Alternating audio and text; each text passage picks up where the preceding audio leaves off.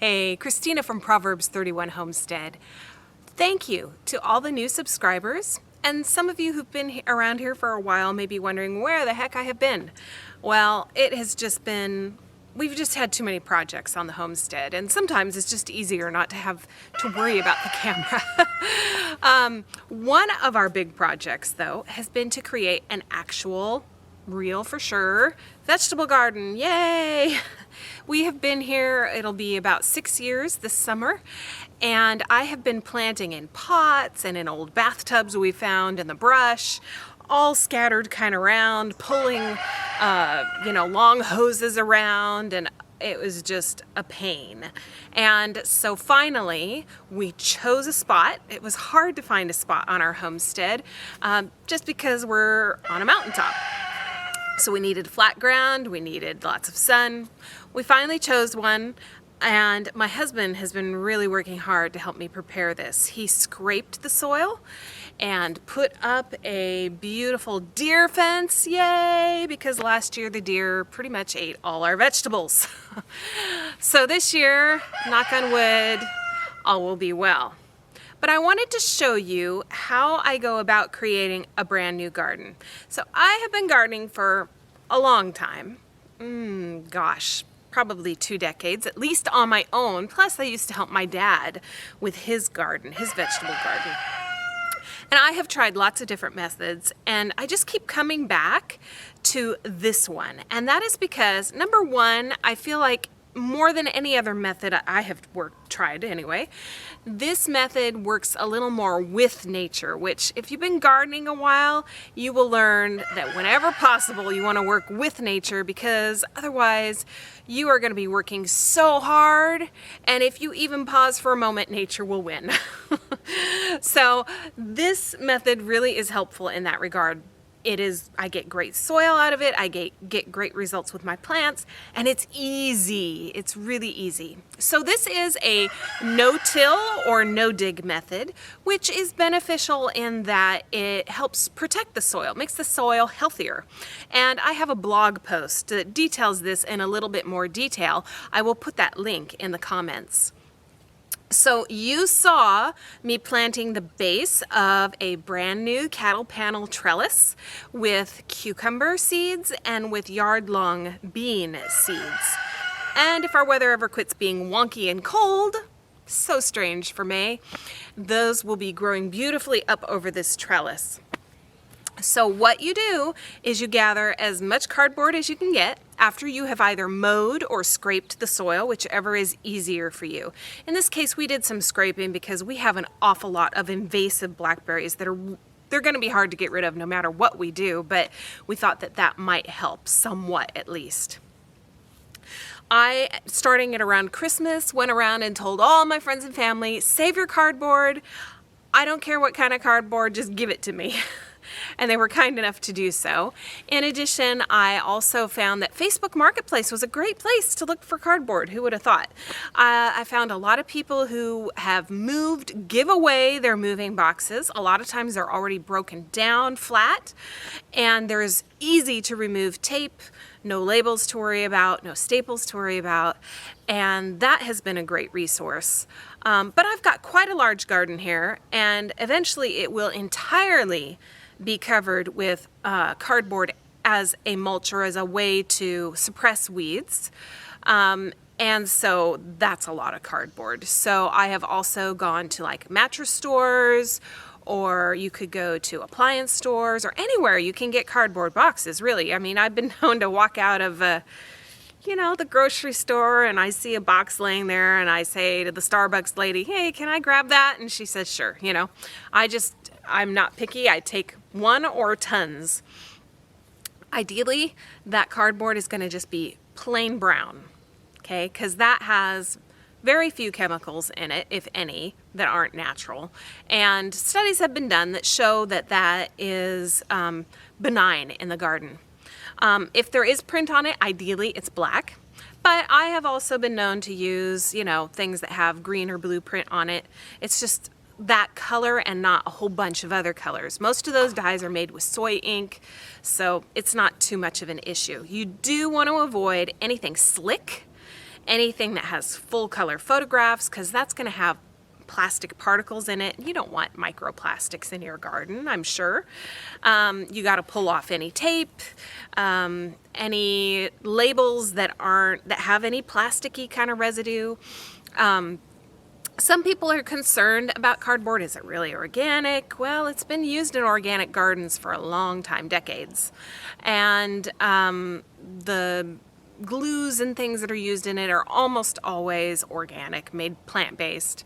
Some people claim that there's, sprays on the boxes to help keep pests away, but I haven't found any real evidence that that's the case. And just looking at my gardens, it doesn't keep pests away. I mean, the good pests. I have lots of beneficial bugs, and lots of worms and things like that. So I'm kind of hesitate to believe that that is the case. Some people just have other qualms about putting down cardboard. They feel it suffocates the soil. You can look into that. I am not real convinced, obviously, because I'm continuing to do this. Another option would be if you can find somebody who has lots of newspapers, layering newspapers. You want to do quite thick layers. And with the cardboard, flatten it, then you have 2 layers of cardboard. That's what you're after, and that's going to help suppress the weeds better. Then on top of that, you can wet it down if you want. I usually forget to do that. Then you can see I put manure. I have tons of rabbit manure. So I put rabbit manure down. It doesn't need aging. But if you're using some other kind of manure, make sure it's aged manure. You don't want to burn up the roots of your plants. That's an optional step. I just have it, so I use it. And then on top of that, you're going to put your soil or finished compost. If you do use garden soil, make sure it's a really good garden soil. Lots of compost in there. And if it has manure in there, make sure it's fully aged. And you're just going to lay that on top. And how thick you put it kind of depends on, what you're planting. If I'm planting carrots, I'm going to need a whole lot more soil or compost than if I'm planting radishes or lettuce, for example. Remember that as it rains and as you irrigate, the soil is gonna compress, so keep that in mind. And then you're done. You can plant in it. And what I have only partially done, and I'll show you here in a minute, but you might be able to see, I have mulch between the rows, and eventually this whole area will be covered with cardboard. And then where there isn't places I'm growing food, it will be mulched. And I happen to be able to get wood chips for free, and so that's what I am using.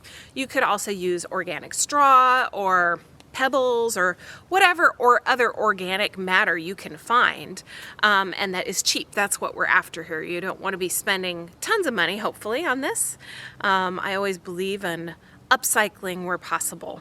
So over time, you will probably see some weeds pop up. I certainly have. I've been working on this for probably a couple months now as far as putting in actual garden soil.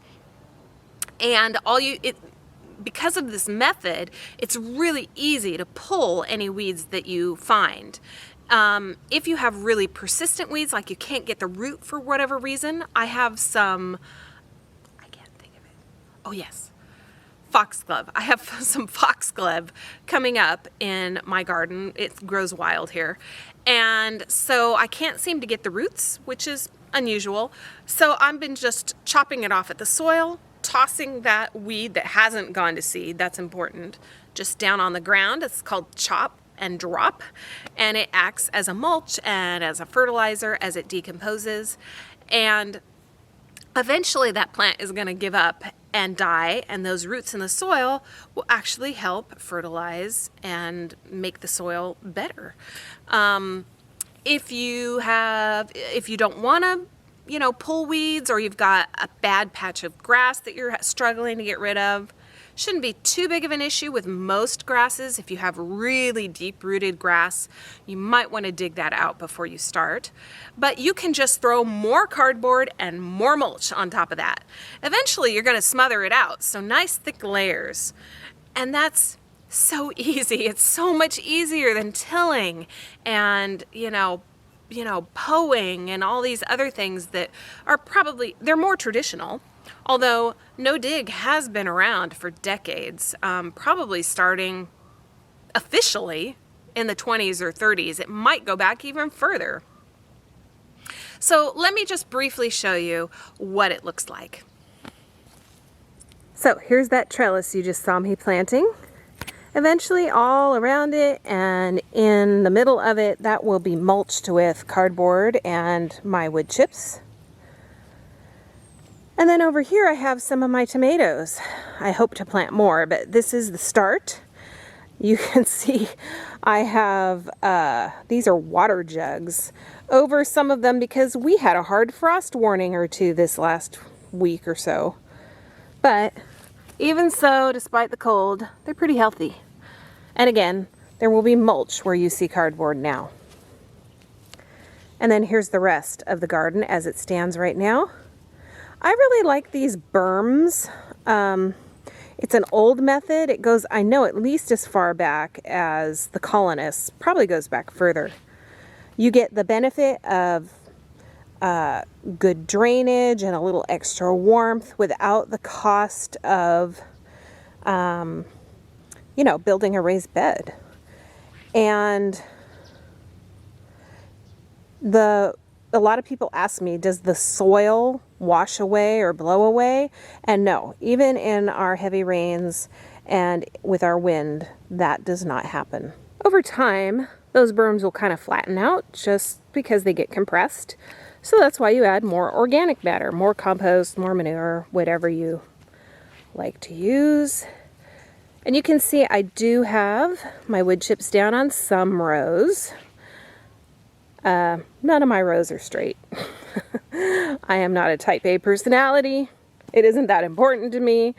And if I tried to make them straight, they would still be crooked, I guarantee it.